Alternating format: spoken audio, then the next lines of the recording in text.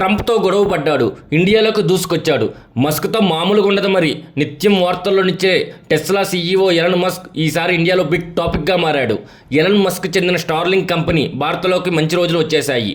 Telecom శాఖ నుంచి satellite internet సర్వీసుల కోసం లైసెన్స్ లభించింది. దీంతో ఇండియన్ మార్కెట్లోకి కమర్షియల్ సేవలు ప్రారంభించుకునే అవకాశం స్టార్లింక్ దక్కింది.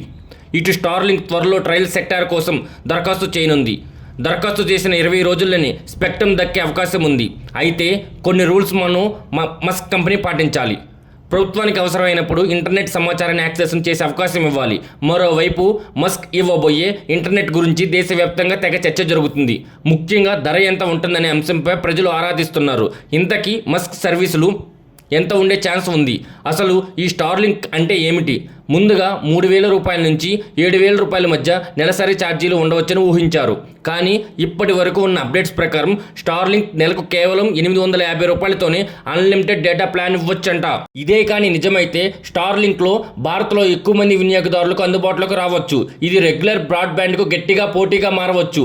ఇక స్టార్లింక్ ఇంటర్నెట్ ఉపయోగించాలంటే ఈ శాటిలైట్ డిష్తో పాటు వైఫై రూటర్ను కూడా హార్డ్వేర్ కిట్ కొనాల్సి ఉంటుంది. దీని ఖర్చు సుమారుగా 35,000 రూపాయలు ఉండవచ్చంట. అంటే నెలసరి ఛార్జీలు తక్కువ ఉన్నా మొదటిసారి కొనాల్సిన కిట్ మాత్రం చాలా భారమనే చెప్పాలి. ముఖ్యంగా మిడిల్ క్లాస్ ప్రజలు ఇది కొనాలంటే 1కి 10 సార్లు ఆలోచించాలి. ఇక స్టార్లింక్ మాత్రం చాలాతో ప్రయోజనాలు ఉన్నాయి. ఎందుకంటే స్టార్లింక్ ద్వారా శాటిలైట్ పరిధిలో ఉన్న ప్రాంతంలో శాటిలైట్ బ్రాడ్బ్యాండ్ ద్వారా ఇంటర్నెట్ సేవలు అందించవచ్చు. దీని ద్వారా మారుమూల గ్రామీణ ప్రాంతాలకు కూడా ఇంటర్నెట్ సదుపాయం కలుగుతుంది. అంటే టెలిఫోన్ లైన్స్, కేబుల్స్ అందుబాటులో లేని ప్రాంతాల్లోనూ కూడా ఇంటర్నెట్ సేవలను అక్కడ ప్రజలు పొందవచ్చు. మస్క్ ఉద్దేశం కూడా ఇదే. ఆయన కంపెనీ స్టార్లింక్ ఎర్త్ ఆర్బిట్ శాటిలైట్స్ను ఉపయోగిస్తుంది. భూ ఉపరితలం నుంచి 160 నుంచి 1000 కిలోమీటర్ల దూరంలో అవి ఉంటాయి.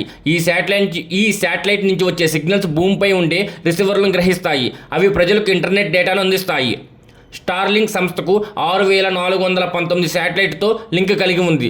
దాదాపు 100 దేశాలలో 40 లక్షల మంది పైగా ప్రజలు మస్క్ స్టార్లింక్ సేవలను పొందుతున్నారు. భారత్లోను కూడా తమ సేవలను అందించాలని మస్క్ 2021 నుంచి ప్రయత్నిస్తున్నారు. అయితే ఇప్పటికీ ఆయన ప్రయత్నాలు సక్సెస్ అయ్యాయి. అది కూడా ట్రంప్తో తెగదింపులు చేసుకున్న కొన్ని రోజులకే Musk company India green signal ఇవ్వడంపై తీవ్ర చర్చకు దారితీసింది.